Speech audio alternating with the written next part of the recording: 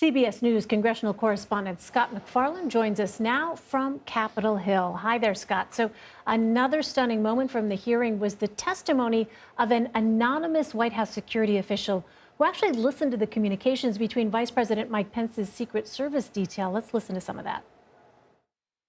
The members of the VP detail at this time were starting to fear for their own lives. There was a lot of yelling. There were calls to say goodbye to family members, so on and so forth. It was getting, for whatever the reason was on the ground, the VP detail thought that this was about to get very ugly. That certainly was a notable moment. Scott, what stood out to you from yesterday's hearing?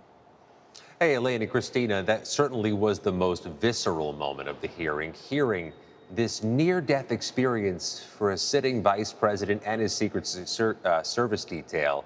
But what's always important in these January 6 hearings is the timeline, the continuum of time. And that was true again last night.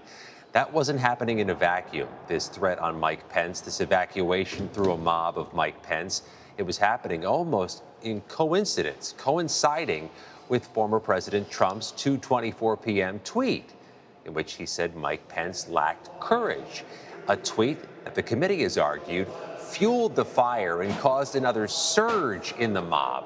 More violence, more fighting, at least 140 police injuries, any amount of trauma, 5 deaths, which were also leading to 4 police suicides. All of this spurred in a continuum of time, and the committee's been clear. Things happen sequentially, and things were impactful. And Scott, we want to look back at some of the standout moments from these hearings. Let's take a watch.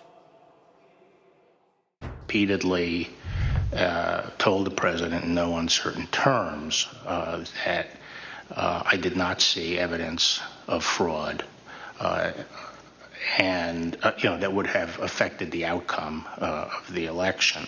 The president reached up towards the front of the vehicle to grab at the steering wheel.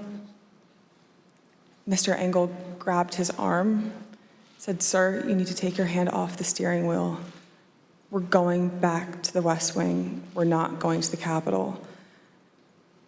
Mr. Trump then used his free hand to lunge towards Bobby Engel. After our last hearing, President Trump tried to call a witness in our investigation. This committee has supplied that information to the Department of Justice. Now, there won't be any more public hearings until September, it's looking like. In the meantime, do you think the Department of Justice could take steps towards criminal charges against the former president, which, as you know, would just be a huge, huge event? Christina, that really is the question we're going to be left with until September. There have been these 2 unprecedented parallel investigations. The January 6th committee investigation, unlike anything we've seen out of Congress before. 1,000 interviews, 140,000 records collected, and 9 members, including from both parties, speaking as one in a choreographed movement. Then there's the Justice Department investigation, the largest criminal investigation and prosecution in U.S. history. 850 defendants already, likely hundreds more to come.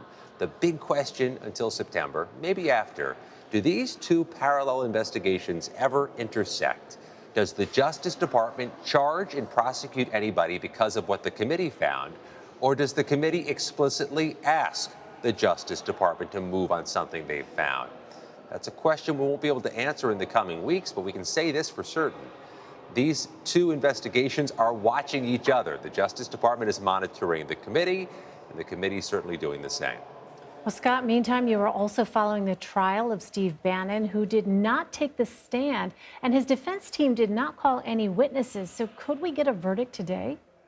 Certainly could. The weekend is just hours away, and that is always a motivating force for juries. The arguments were quick this morning. They wrapped up before the lunch hour, but there was no defense case at all. So really, the defense closing argument was the argument for these 14 D.C. jurors to digest. Steve Bannon didn't say a word in the courtroom at the D.C. federal courthouse. He said many words outside. He held a media availability after each day of the proceedings. We'll see where the jury goes on this, but this is one of the more cut and dry cases I've ever watched in a courtroom. They really presented evidence strictly on the subpoena deadline, the October 2021 subpoena deadline Bannon faced from the January 6th committee. The witnesses for the prosecution testified the deadline was unambiguous, it was firm, it was official, it was not negotiable. Bannon chose not to put forward a defense.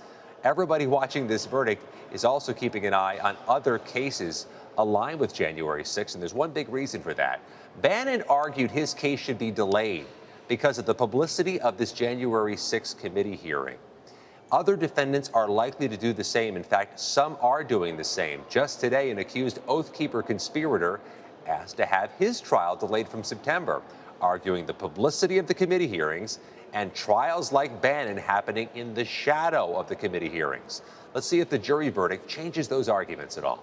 All right, Scott MacFarlane on Verdict Watch on Capitol Hill for us. Scott, thank you very much.